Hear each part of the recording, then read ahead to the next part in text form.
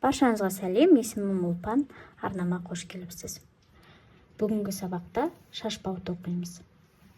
Кез келген жіппен тоқи беруге болады, полухлопок немесе полушерсть. Мен қолданған жіп Alize Lana Gold Classic 1 қабат және 3,5 мм ілмек біз. Екі түрлі түсті қолданамыз, ою түсі және негізгі түс.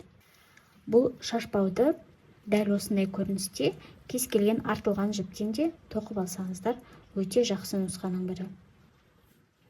Және ілмек бізбен тоқылған өрнектер әрдайым екі жақты көріністе келеді. Екі беті де бірдей. Бұл шашбау өрнегін кез келген бұйымға өрнек етіп қолдансақ болады. Жақында маған шарф тоқуға болады ма деген осы алдыңғы сабақтардың бірінде ою тоқыған сабағымның астына сұрақ келген екен. Әрине болады, қолдануға болады, шарф тоқуға да болады, жемпір немесе жеңі жоқ кеудеше тоқсақ та осы өрнектердің бірін қолдансақ өте әдемі, ерекше нұсқаның бірі болады. Осындай кішігірім кескіндерді тоқып отырып, мен өзімдегі артылған жіптерді қолданып тастаймын. Және өзімде артылған жіптерден осындай неше түрлі өрнектерді тоқып, одан кейін біріктіріп бір плед жасап алғым келеді. Қаншалықты болады екен, барлығы ойдағыдай шығып жатса, алдағы уақытта көрсетемін. Дайын болсақ, онда бисмиллах деп бастаймыз. 24 ілмек теріп аламыз. Сол қарапайым әдіспен барлығы 24 ілмек көтеріледі. 1, 2, 3, 4, 5, 6, 7, 8, 9, 10, 21, 22, 23, 24. Барлығы 24 ілмек көтеріп алдық. Енді ары қарай бірінші қатарды тоқып бастаймыз.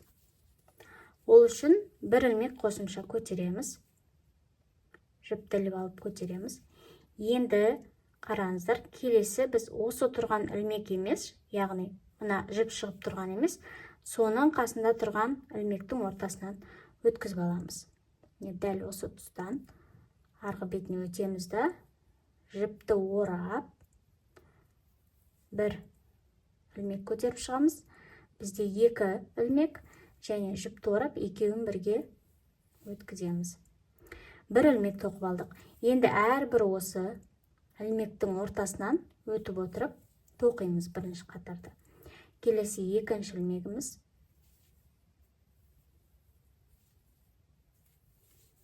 Және 3.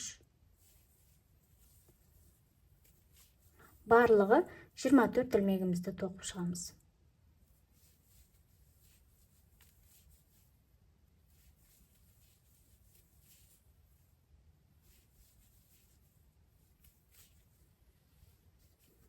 Міне соңғы ілмекке де келдім. Барлығы 24 ілмегімізді тоқып алдық. Енді бір ілмек көтереміз және айналдырамыз тоқыманы. Енді қазір екінші қатарда өрнекті тоқып бастаймыз. Ең бірінші ілмек бізде дәл осы аралықтан басталады. Дәл осындай аралықтардан тоқимыз. Әрбір ілмектің түбінде байқасаңыздар, осындай қуыс аралық бар. Сол аралыққа ілмек бізді кіргіземіз. Сол кезде бізде ілмектің екі арқасы да осы крючоктың үстінен өтіп тұрады. Енді жіпті ораймыз, іліп алып шығарамыз және екеуін бірге тоқимыз. Келесі аралыққа да дәл осындай әдіспен саламыз және ілмектің екі арқасы да бірге крючоктың үстінде жіпті іліп шығарамыз және тоқимыз. Барлығы 10 ілмек тоқып аламыз. Бұл менде екінші, 3, 4, 5, 6, 7, 8, 9 және 10. Келесі 11-ші ілмек дәл жаңағы әдістерді қайталап жіпті орап шығарамыз. Бірақ бұл жерде 11-ші ілмектің төбесін ою тоқитын түспен аяқтаймыз. Менің оюым қоңыр түсті болады. Жібімізді аламыз және дәл осылай іліп алып, бұл жерде енді маңызды емес, ұшы қай бөлікте қалатынын өздеріңізге ыңғайлы көріністе іліп аласыздар және тоқимыз. Енді бұл жерде жіптің ұшы қазір бірге жасырылып отыратын болады. Жаңағы осы негізгі түс және ою түсі екеуін бірдей осы сол жақ бөлікте ұстап аламыз. Енді екі ілмекті осы ою түсімен тоқимыз. Дәл жаңағылай осы аралықтарға салып отырамыз. Және аралыққа салған кезде ілмектің екі арқасымен қоса осы жаңағы оюдың ұшы және де негізгі түс екеуі де өстіп жоғары жағынан арқасынан өтіп тұрады. Яғни біз тоқманың ішіне жасырып кетуіміз керек. Жіпті іліп алып шығарамыз және екеуінен де өткіземіз. Бір ілмек, келесі екінші ілмек, екінші ілмекті іліп шығарамыз. Бұл жерде екінші ілмектің төбесін негізгі түспен аяқтаймыз. Қалдырамыз ою түсін, негізгі түсті ұстаймыз да өткізіп шығарып аламыз. Енді ары қарай осы негізгі түспен тоқып аяқтаймыз соңғы ілмекке дейін. Бірақ біз бірінші жаңағы схемамызға қарап алайық. Міне біз ең бірінші осы екі ілмегіміз тоқыдық. Одан кейін қараңыздар, бізде келесі үшінші қатарда ою осы тұстан басталады екен. Демек біз қазір бір ілмекті тоқып алғаннан кейін ою түсін бергі бетте қалдырып кетеміз. Демек осы екі ұшында бірдей жасырып кететін боламыз. Келесі бір ілмегіміз тоқып алайық. Және төбесінен осылай тоқып аяқтадық бір ілмегімізді. Енді оюдың негізгі ұшын, яғни орамнан келіп тұрған ұшын аламыз да тоқманың бергі бетінде қалдырып кетеміз. Ал ары қарай келесі жаңағы ең шеткі ұшын соңына дейін тоқып кетеміз жасырып. Міне, біз келесі үшінші қатарда тоқитындай жіпті осы бөлікке алып келдік.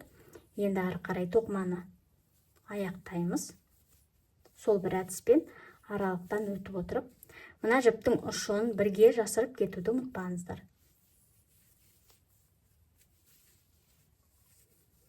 Міне, дәл осылай сол жақ бөлікке бірге ұстап аламыз. Аралықтан өткізген кезде ілмек біздің үстінде қалады. Яғни жіптің ортасында жасырылып кетіп отырады. Сыртқы бетінде де ешқандай міне артық жіп көрінбейді. Түсінікті деп ойлаймын. Қазір ары қарай өзіміз соңына дейін тоқып аяқтаймыз. Міне соңғы ілмекке дейін тоқып алдым. Бұл жерде жіптің ұшын кейін тоқып біткеннен кейін қиып тастаймыз. Ендігі бізде ілмектердің бойына жасырылып кетті. Кішкене тоқымамызды осылай түзулеп келтіріп алсақ болады. Енді бағанағы әдісті қайталаймыз. Демек, бір ілмек көтереміз. Одан кейін тоқманы келесі әдіспен айналдырып аламыз. Келесі үшінші қатар. Үшінші қатарда енді біз барлығы 9 ілмек тоқимыз. Дәл осы бірінші аралыққа шатасып кетпеңіздер. Осы ілмек шығып тұрған аралыққа қайтадан саламыз. 1, 2. Енді ары қарай тоқу барысында осы бір әдіс қайталанады. 3, 4. Міне осы әдіспен барлығы 9 ілмек тоқып шығамыз. Барлығы 9 ілмек тоқып алдым. Енді 10-шы ілмектің төбесін ою түсімен аяқтаймыз. Ең бірінші негізгі түспен бір ілмекті орап көтеріп алайық. Келесі ою түсін аламыз. Және осы түспен тоқып аяқтаймыз. Енді ары қарай біз 4 ілмекті осы ою түсімен тоқып шығамыз. 1, 2 және негізгі түсті әрдайым осылай ортада жасырып отыруды ұмытпаңыздар. 3 және 4-ші ілмек. 4-ші ілмектің төбесі негізгі түспен аяқталады. Әрдайым осылай түстерді алмастырған кезде бірінші ілмек және соңғы ілмектің төбешігі осы кейін тоқылатын түспен аяқталады. Мінекей, барлығы 4 ilмегімізді тоқып алдық. Енді ары қарай соңына дейін осы негізгі түспен аяқталады. Одан бұрын біз қазір 4-ші қатарда қоңыр жіпті қай тұсқа дейін алып келіп аламыз. Соны схема бойынша бірінші түсіндіріп кетейін. Міне біз осы 2 қатарымыз тоқыдық. Келесі қазір біз жаңа айтып кеткен 4-ші қатарда келген кезде қоңыр жіп осы тұсқа келіп тұру керек екен. Ол үшін санаймыз. Біз мына тұста тұрмыз қазір. 1, 2, 3, 4, 5, 6. Демек 6 ilмектің бойына жаңағы ою түсін жасырып кетеміз. Міне ою түсін жасырып отырамыз. 1, 2,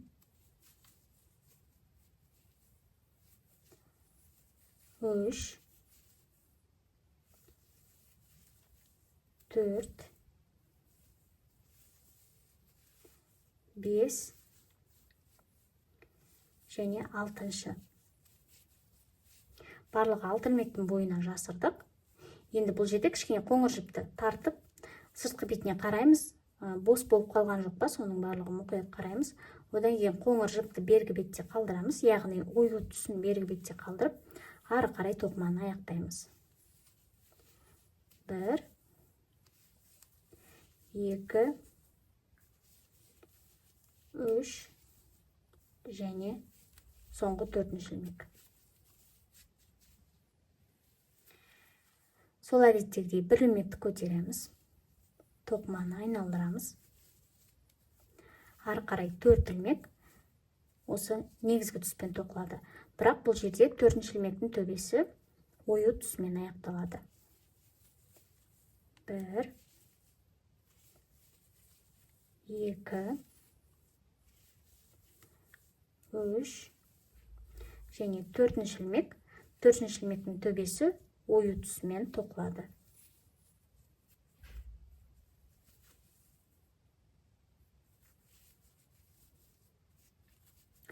Енді ары қарай осы негізгі түсті жасырып отырып, барлығы 2 ilмекті тоқып аламыз. Ою түсімен 1 және 2-ші ilмектің төбесі негізгі түспен тоқылып аяқталады.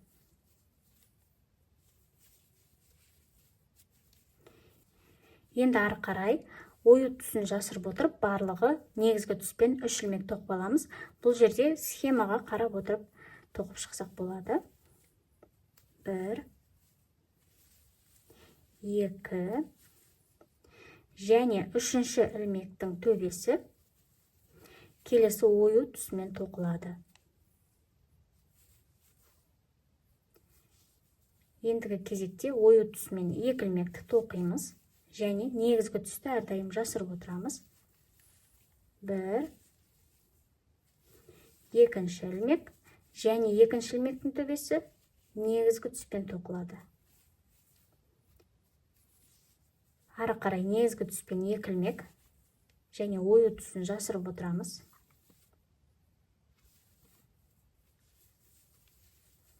1,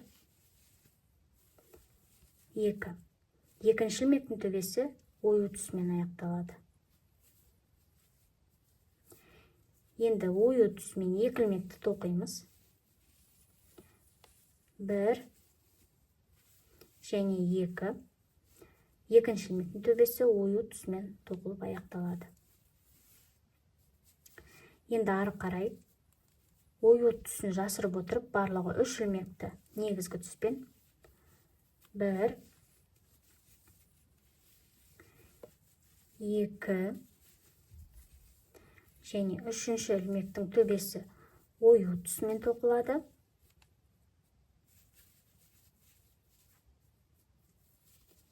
Негізгі түсті жасырып отырып, ою түсімен 2 ilmekті тоқып аламыз. 1 және 2. 2-ші ilmектің төбесі негізгі түспен аяқталады. Енді келесі қайтадан кішкене түсінікті болғанша кестеден көрсетіп отырайын. Кестеге қарайтын болсақ, келесі қатарда бізде ою өрнегі міне осы тұстан басталады екен. Демек біз қазір бір ілмекке жасырып және сол бір ілмектен кейін жіпті қалдырып кетеміз. Негізгі түспен бір ілмек тоқимыз және ою түсін жасырып кетеміз бір ілмекке. Енді бергі бетте қалдырамыз ою түсті. Ары қарай тоқыманы қатарды, яғни аяқтаймыз негізгі түспен.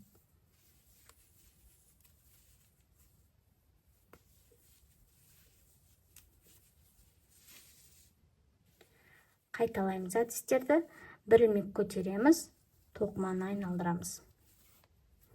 Енді қазір біз барлығы 3 ілмек тоқуымыз керек және 3-ші ілмектің төбесін ою түсімен тоқимыз.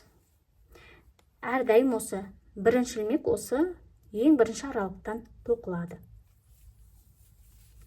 1, 2 және 3-ші ілмек. 3-ші ілмектің төбесін ою түсімен аяқтаймыз. Енді негізгі түсті жасырып отырып, барлығы 4 ілмек тоқылады. 1, 2, 3 және 4-ші ілмектің төбесін негізгі түспен тоқып аяқтаймыз. Енді ою екі жақты көріністе болады дегеннен кейін, өстіп тоқу барысында артына да қарап қоясыздар.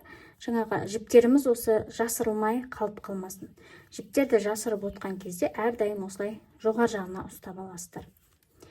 Енді екі ілмекті негізгі түспен тоқып аламыз. Қоңыр жіпті кішкене ұшын тартамыз, мына тұстағы бізде ілмегіміз тартылып қалмасын. Яғни қоңыр түспен тоқылған соңғы ілмек ұзын созылыңқы қалыпта қалмас үшін осылай кішкене тартып ұстаймыз және келесі екі ілмегімізді тоқып аламыз.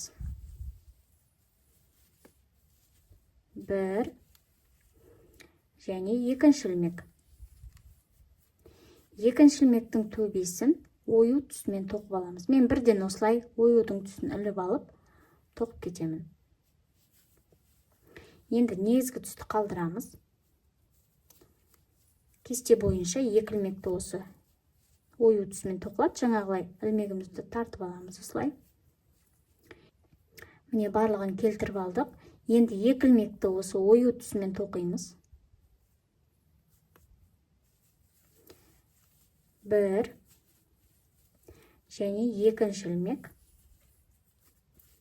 2-ші ілмектің төбесі негізгі түспен тоқылады. Ою түсін қалдырамыз.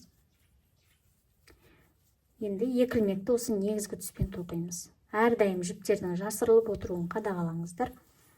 1 және 2-ші. 2-ші ілмектің төбесі негізгі түспен тоқылады. Екі ілмекті ою түсімен тоқимыз.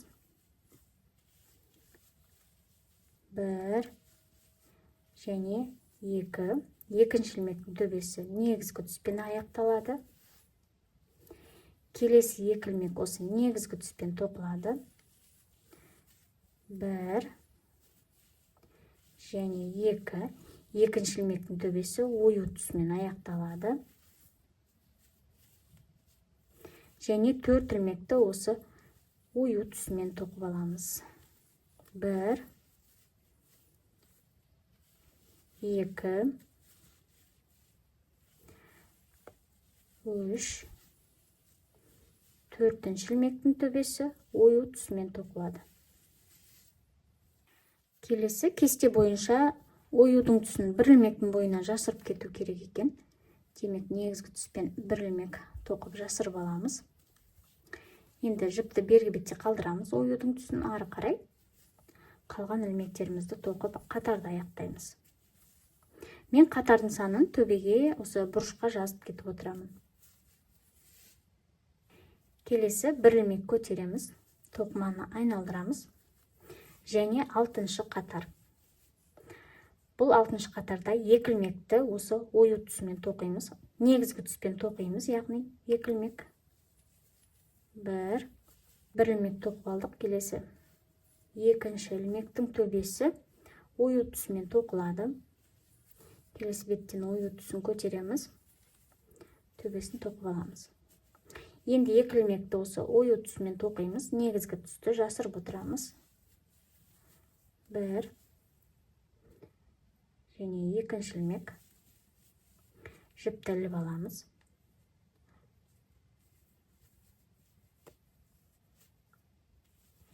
Және екінші ілмектің төбесін негізгі түспен аяқтаймыз. Енді ары қарай екі ілмек негізгі түспен тоқылады. Жібімізді осылай тартып, ілмектерді бір келіпкі көрініске алып келіп отыруды ұмытпаймыз. Бір және екінші ілмек. Екінші ілмектің төбесін ою тұсымен аяқталады. Кезекті екі ілмекті ою тұсымен тоқып аламыз. Бір және екі.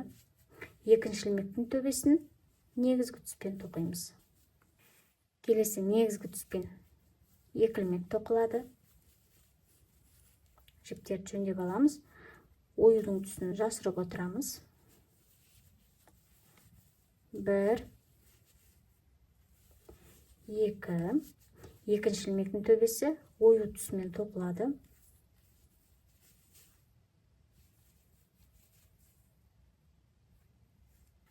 Байқасаңыздар, жаңа менде осы тұста бір жіп тартылмай, негізгі түс тартылмай бер жақта шығып қалған екен. Мен кішкене арғы ілмектерді жылжытып отырып жөндеп алдым.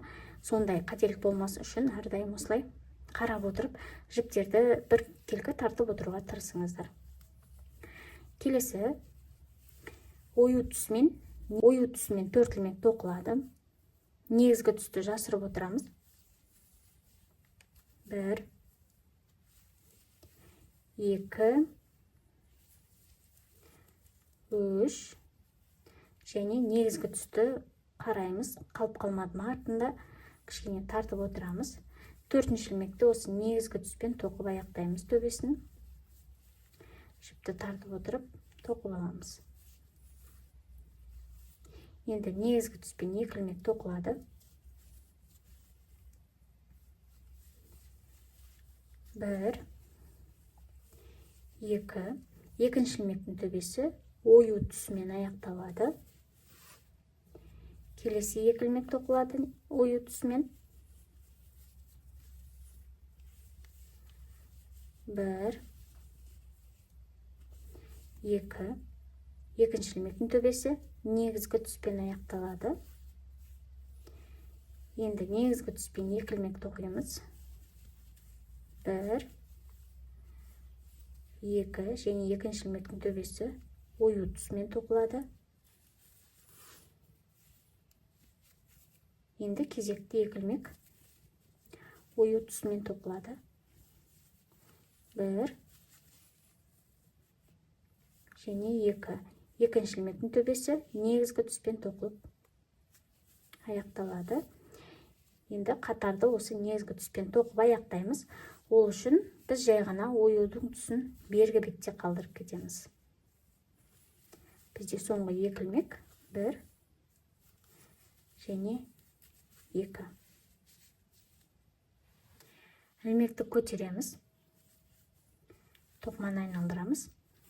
Және кезекте бізде қателеспесем жетінші қатар.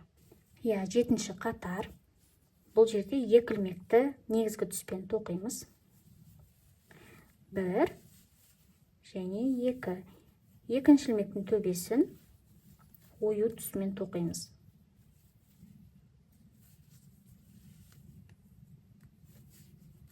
Енді бұл жерде бізде жіптеріміз әрине айқасады. Оны сіздер өздеріңіз ыңғайлап жөндеп аласыздар. Екі ілмекті осы ою түсімен тоқимыз. Бір, екі. Және екінші ілмектің төбесі негізгі түспен тоқылып аяқталады. Енді негізгі түспен екі ілмек тоқылады. Бір, екі. Екінші ілмектің төбесі ою түсімен тоқылып аяқталады. Келесі екі ілмек ою түсімен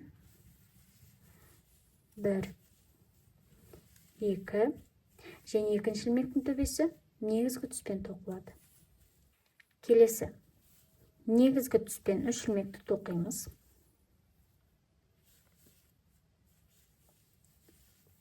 1, жіптерді бір қалыпты тартып отырамыз. 2 және 3-ші ілмек. 3-ші ілмектің төбесін оюдың түсімен аяқтаймыз.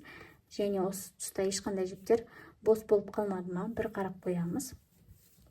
Ою түсімен төбесін аяқтаймыз. Енді осы ою түсімен 2 ілмек тоқылады.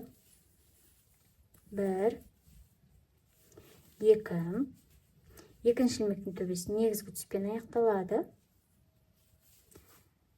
Ары қарай 3 ілмек негізгі түспен оюдың түсін жасырып отырамыз. 1,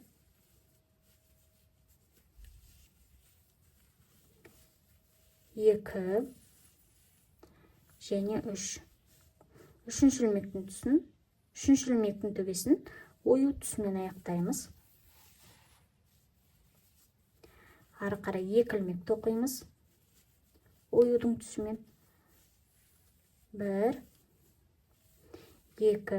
Екінші ілмектің төбесі негізгі түспен тоқылады. Енді кезекті 2 ілмекті негізгі түспен тоқимыз. 1, 2. Екінші ілмектің төбесі оюдың түсімен тоқылады. Және кезекті 2 ілмекті ою түсімен тоқимыз. 1 және 2. Екінші ілмек әдеттегідей келесі негізгі түспен тоқылады. Оюдың түсін бергі бетте қалдырамыз. Және осы негізгі түспен тоқып аяқтаймыз қатарды. 1, 2. Бір ілмек көтереміз. Тоқыманы айналдырамыз. Кезекте 8-ші қатар. 3 ілмекті негізгі түспен тоқимыз. 1, 2 және қараңыздар, 3-ші ілмекті тоққан кезде оюдың түсін жасырып кетеміз. Демек, ілмектің 2 арқасынан өткіземіз.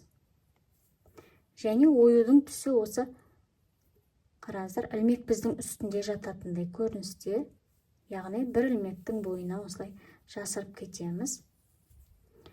Жіпті іліп аламыз. Енді осы 3-ші ілмектің төбесін оюдың түсімен тоқып аяқтаймыз.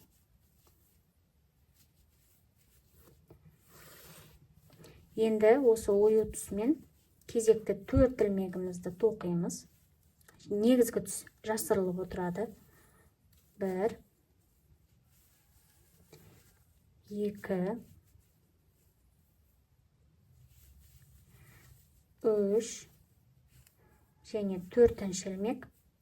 4-ші ілмектің төбесі негізгі түспен тоқылады. Оюдың түсін қалдырамыз. Келесі негізгі түспен барлығы 4 ілмек тоқып аламыз. 1, 2,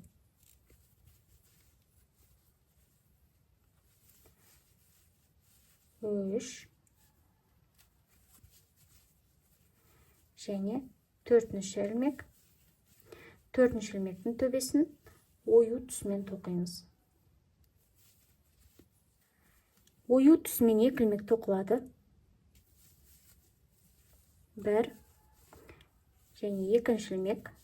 2-ші ілмектің төбесін негізгі түспен тоқимыз. Ою түсін қалдырамыз. Ендігі негізгі түспен 4 ілмек тоқылады.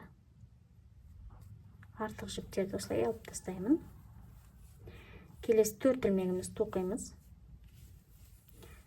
1, 2, 3 және 4-ші ілмек. 4-ші ілмектің төбесі негізгі оюдың түсімен тоқылып аяқталады.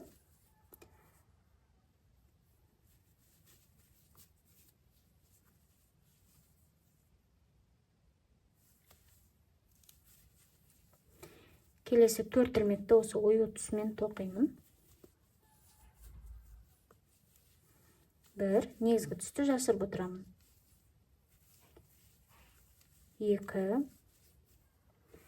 3 және 4. 4-ші ілмектің төбесі негізгі түспен тоқылып аяқталады. Енді оюдың жібін бергі бетте қалдырамыз. Ары қарай қалған ілмегімізді негізгі түспен тоқып аяқтаймыз. Барлығы 3 ілмек.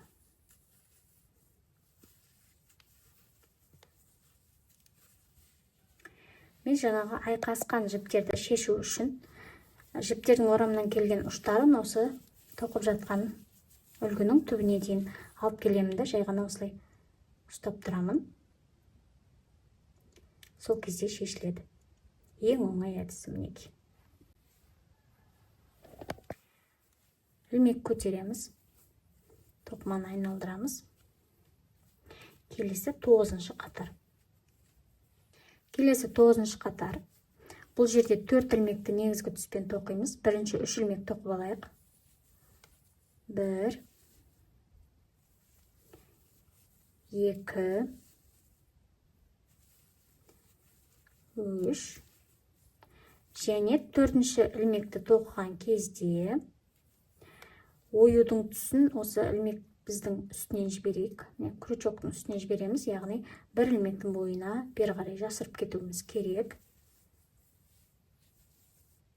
Осы 4-ші ілмектің төбесін ою түсімен тоқып аламыз.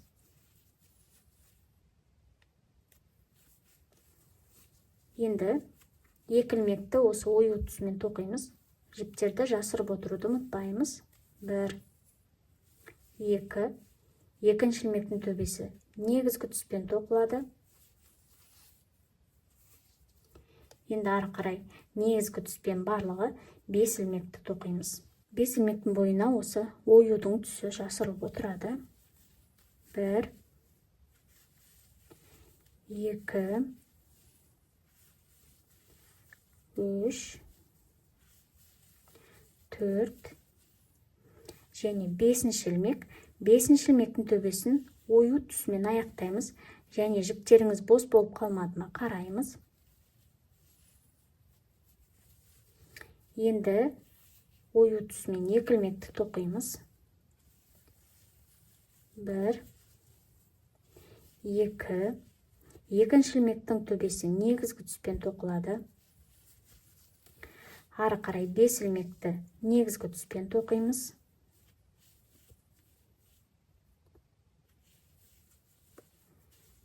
1 2 3 жіптеріміз барлығы ілінетіндей мұқият. 4 және 5-ші ілмектің төбесі ою түсімен тоқылады. Жіптерімізді тексереміз.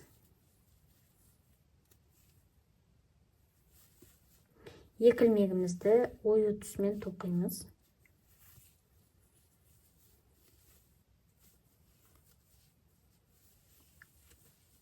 1 және 2-ші ілмек төбесі негізгі түспен тоқылады. Енді кезекте оюдың түсі бергі бетте қалады.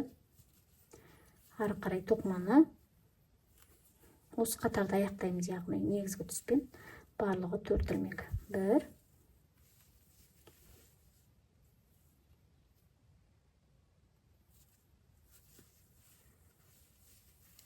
2 3 4 1 ілмек көтереміз, тоқыманы айналдырамыз.